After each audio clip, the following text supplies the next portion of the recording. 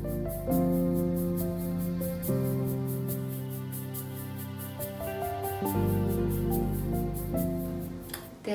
mina olen Marika Must. Ma õpetan Alar Krautmanni Terviseakadeemia klassikalise massaaži erialal laste massaaži.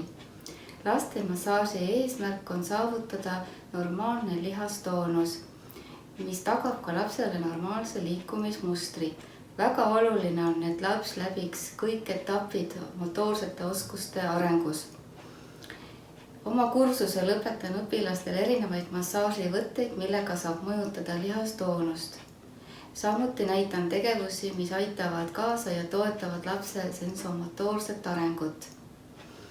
Ma olen lõpetanud MI massaažikooli 2004. aastal.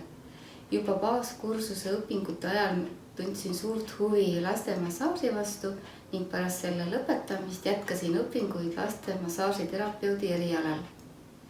Õpingutega samal ajal ka töötasin juba lastega ja seda tänase päevani. Mul on väga huvitav töö. Laste areng esimesel eluaastal on väga kiire ja muutusi näeb väga kiiresti. Samuti on suur väljakutse, kuidas saavutada usalduslik ja hea kontakt lapsega. Minu töö on väga huvitav ja rõõmuga jagan oma töökogemusi ja teadmisi teistega. Tule õppima massaažikooli.